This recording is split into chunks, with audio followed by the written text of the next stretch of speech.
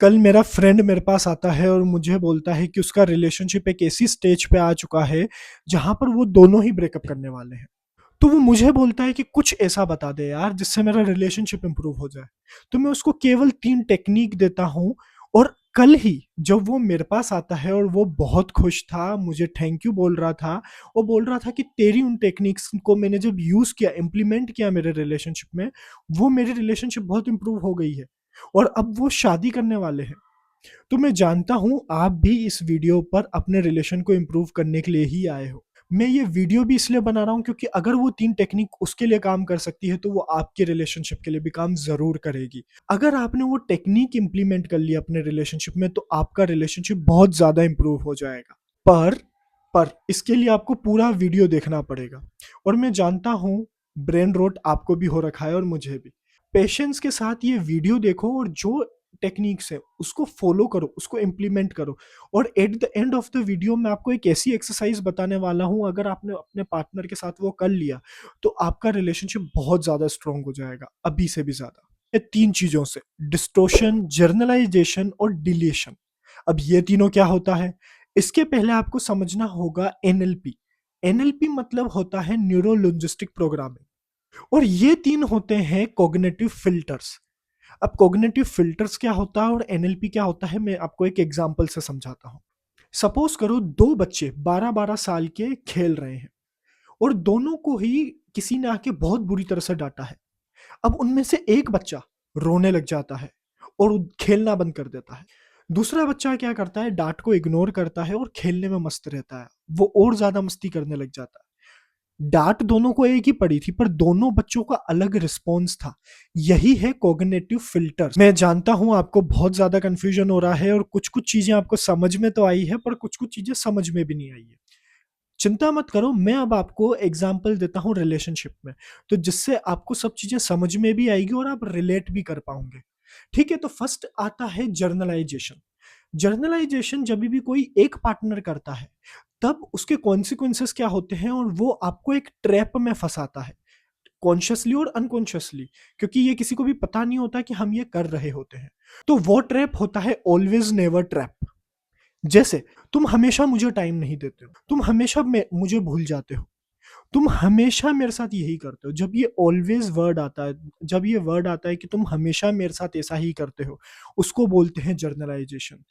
और दूसरा एग्जाम्पल, जैसे नेवर ट्रैप। अब ये क्या बोलता है कि आप, कि तुम मेरे लिए कभी कुछ करते ही नहीं हो, जब मुझे जरूरत होती है तुम्हारी तभी तुम बिजी होते हो, तुम्हारा हमेशा का ही ये हो गया है। अब जर्नलाइजेशन के चक्कर में आपकी लड़ाइयाँ कैसे होती है, मैं एक एग्जांपल लेके समझाता हूँ आपको। जैसे सपोज करो आप फ्लावर्स लाना भूल गए वैलेंटाइन डे के दिन अपनी गर्लफ्रेंड के लिए। ओके। अब उसने आपको ये बोलना शुरू कर दिया कि तुम हमेशा ही ऐसा करते हो, हमेशा ही भूल जाते हो, जबकि आपको पता है कि आप हमेशा उसको फ्लावर्स देते हो, आपके कुछ पर्सनल रीजंस की वजह से आप वो भूल गए। अब इससे क्या हो रहा है ना, आपका पार्टनर आपको जज कर रहा है, केवल अभी नहीं, आपके पास्ट एफर्ट्स को भी। और जब आपको ऐसे जज किया जाता है ना, तब आप आ जाते हो फाइट मोड पे, क्योंकि अब आपको भी याद है, नहीं नहीं नहीं नहीं नहीं, मैंने हमेशा तो करता हूँ, बस आज ही भूल गया हूँ। तो अब आप दोनों की फाइट होना शुरू हो जाएगी। दोनों में से एक को लगेगा नहीं, ये मेरे सारे एफर्ट्स को इग्नोर कर रही है, और दूसरे को लगेगा कि यार ये तो मुझे समझ ही नहीं रहा है। So most of the time जब पार्टनर में लड़ाइयाँ होती है, तो वो इसी वजह से होती है, ऑलवेज नेवर ट्रैप के चक्कर में। अगर आपको इससे ओवरकम करना है, तो आपको एक रूल बुक बना लेनी है, सिंपल से। उसके अंदर 4 से 5 रूल रखने हैं आपके रिलेशनशिप के, जिसमें से पहला ही रूल आपका ऐसा रहेगा, अगर कभी ऐसी सिचुएशन आती है कि आपका पार्टनर आपके लिए कुछ करना भूल जाता है, तब आप ऑलवेज या नेवर, हमेशा या तुमने कभी मेरे लिए कुछ नहीं किया, ये वर्ड्स यूज नहीं करोगे।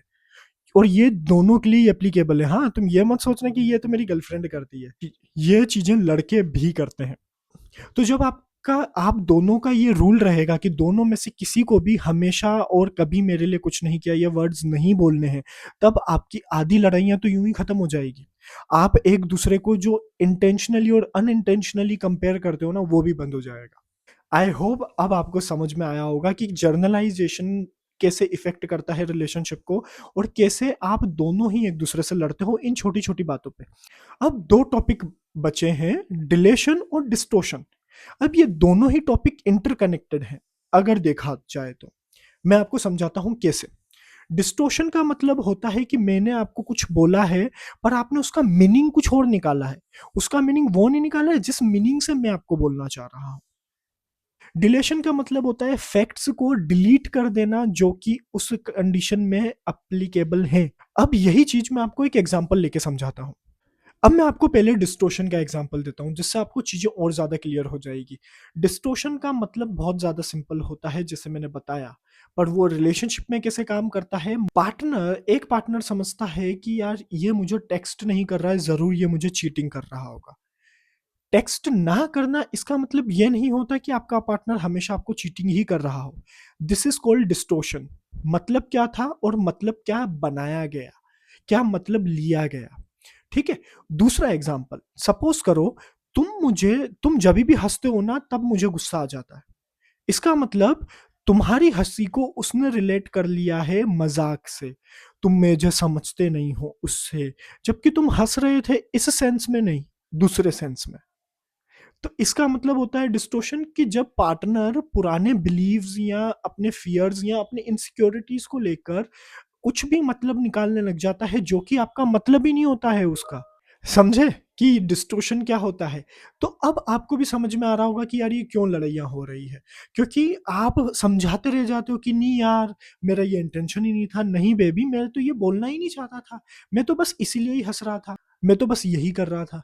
तो ये जो डिस्टोशन नाम का शब्द है ना, जब आप मतलब ही अलग निकालने लग जाते हो तब तो आप डिल्यूजनल हो जाते हो कि आपका पार्टनर ने अगर कुछ छींक भी दिया ना तो भी आपको ऐसा लगेगा कि यार वो तो मुझे मेरी इंसल्ट कर रहा है। तो डिस्टोशन तो बहुत ज़्यादा खतरनाक होता है किसी भी रिलेशनशिप में एंट्री करने के लिए। तो अगर आपके पार्टनर को भी गलत फहमियाँ हो रही है और आप डिस्टोशन से कैसे बचना चाहते हो तो उसके लिए दूसरा रूल बनाओ कि कभी भी चीज़ों को अज्यूम नहीं करेगा कोई भी पार्टनर। अगर मैं टेक्स्ट नहीं कर पा रहा हूँ तो ये अज्यूम मत करो कि मैं किसी के साथ चीटिंग कर रहा हूँ। ये भी तो हो सकता है कि मैं बिजी हूँ, ये भी तो हो सकता है कि मैं अपनी फैमिली के साथ हूँ। अज्यूम करना बंद करना पड़ेगा दोनों साइड से, तभी जाके आप डिस्टोशन को हरा पाओगे। नहीं तो डिस्टोशन आपके रिलेशनशिप को कब हरा देगा पता नहीं। अब तीसरी चीज आती है डिलेशन। डिलेशन मतलब सारे फैक्ट को डिलीट कर देना, जैसे मैंने आपको बताया था। अब ये एग्जांपल के अगर थ्रू मैं समझाऊं आपको, तो सपोज करो आप वेलेंट मैं सेम एग्जांपल लेता हूं जिससे आपको और ज्यादा अच्छे से समझ में आएगा। सपोज करो वैलेंटाइन डे के दिन आप फ्लावर्स लाना अपनी गर्लफ्रेंड के लिए भूल गए। अब आपकी गर्लफ्रेंड आपको जर्नलाइज्ड तो कर रही है पर सारे फैक्ट भी डिलीट कर रही है कि नहीं आपका ऑफिस था, आप बहुत बिजी थे, जिसकी वजह से आप फ्लावर्स लाना भूल गए। ये जितने भी फैक्ट्स होते हैं, पॉजिटिव फैक्ट्स होते हैं जो कि डिलीट कर दिए जाते हैं, ये ही तो होता है डिलेशन। और इसी के चक्कर में आपके पुराने एफर्ट्स को भी भुला दिए जाते हैं। अब आपको अब समझ में आ रहा होगा कि पुराने एफर्ट्स को क्यों भुलाए जाते हैं। जितनी भी अच्छी मेमोरीज हैं आपकी या जितनी भी अच्छे एफर्ट्स हैं जो कि आपने किए हैं, वो सब उस मोमेंट में एक पार्टनर डिलीट कर देता है, उनको इग्नोर कर देता है। इसको बोलते हैं डिलेशन। और ये सबसे ज्यादा तब होता है जब कोई प्री ब्रेकअप फेज में होता है। जब कोई प्री ब्रेकअप फेज में होता है ना तो उसको ये याद नहीं आ रहा होता है कि मेरे पार्टनर ने मेरे लिए कितना किया है। उसको ये याद नहीं आ रहा होता है कि मेरा पार्टनर मेरे लिए कितने एडजस्टमेंट कर चुका है, उसने क्या क्या एफर्ट्स डाले हैं इस रिलेशनशिप को बचाने के लिए। नहीं, उसको वो सारी चीजें याद आ रही होती है जो मे भी आपने किया हो, पर आपने उसके लिए सॉरी भी बोला हो। कि कभी भी जब आपकी लड़ाई होगी तब वो लड़ाई एक तो रीसेंट टॉपिक पे होगी, पास्ट के टॉपिक पे या फ्यूचर के टॉपिक पे नहीं होगी। ठीक है। और अगर एक पार्टनर आपकी गुड एफर्ट्स को या गुड मेमोरीज को डिलीट करता जा रहा है तो आपको उसको याद दिलाना है। और उस और तब याद नहीं दिलाना है जब वो गुस्से में हो, तब याद दिलाना है जब वो शांत हो जाए कि तूने ये बोला था और मुझे बुरा लगा क्योंकि ये मैं कर चुका हूं तेरे लिए। जब एक पार्टनर डिलीट कर रहा होता है ना सारे एफर्ट्स को, तो दूसरा पार्टनर भी पता है क्या करता है, फाइट मोड में आ जाता है कि तू कैसे भूल गई, मैंने तेरे लिए ये किया था, मैंने तेरे लिए वो किया था। तो ये लड़ाई को और ज्यादा बढ़ाता ही है।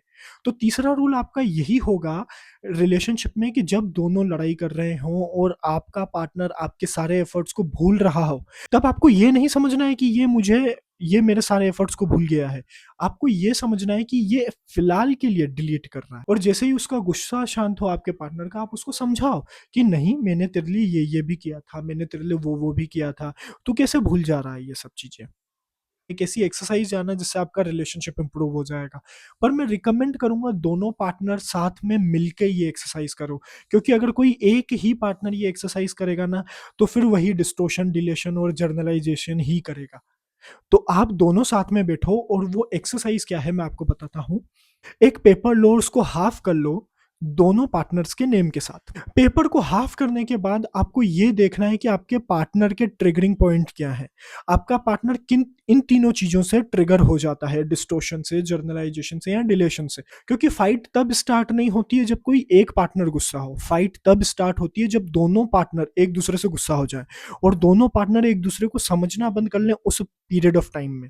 सपोज करो नेहा को ये रियलाइज हो रहा है कि जब मैं राहुल को ये बोलती हूँ कि यार तू हमेशा मेरे लिए ये नहीं करता है, और राहुल को गुस्सा आ जाता है, तो वो नेहा को नहीं बोलना है, या नेहा को बोलना है तो वो राहुल को उस समय समझना है कि नेहा गुस्से में है, तो उसको रिएक्ट नहीं करना है उस टाइम। ठीक है। दूसरा, राहुल को ये समझ में आ रहा है कि यार जब भी मैं टेक्स्ट लेट करता हूँ या मैं रिप्लाई लेट करता हूँ नेहा के मैसेज को, तो नेहा को लगता है कि मैं चीट कर रहा हूँ। तो नेहा को ये समझना है लेट रिप्लाई करने की एक्टिविटी को मैं एक गलत मीनिंग दे रही हूँ। तो राहुल को भी कोशिश करनी कि वो रिप्लाई जल्दी करे, और नेहा को भी ये समझना है अगर किसी सिचुएशंस के चक्कर में राहुल रिप्लाई नहीं कर रहा, तो इसका मतलब ये नहीं है कि राहुल चीटिंग कर रहा। जब आप ये एक्सरसाइज करोगे और जब आपको 10 पॉइंट्स पता होंगे कि कहाँ पे मेरा पार्टनर ट्रिगर होता है और कहाँ पर मैं ऐसी चीजें करता हूँ जिससे मेरा गुस्सा और ज्यादा बढ़ जाता है या मेरा पार्टनर का गुस्सा और ज्यादा बढ़ जाता है, तब आपको रियलाइज होगा कि आप जिन टॉपिक्स के ऊपर लड़ते हो मे भी वो लड़ने लायक ही नहीं है, और मे भी आप लड़ रहे हो क्योंकि आप एक दूसरे को गलत मीनिंग दे रहे हो, उस लड़ाई को गलत मीनिंग दे रहे हो। तो नीचे कमेंट्स में बताओ कि ये वीडियो आपको अच्छा लगा या नहीं, और आप कौन से पॉइंट से रिलेट कर पाए हो, और आपको ये भी ज़रूर समझ में आ गया होगा कि हम जितनी भी लड़ाइयाँ लड़ते हैं अपने पार्टनर से वो इन तीनों कैटेगरी के अंडर में ही आती है।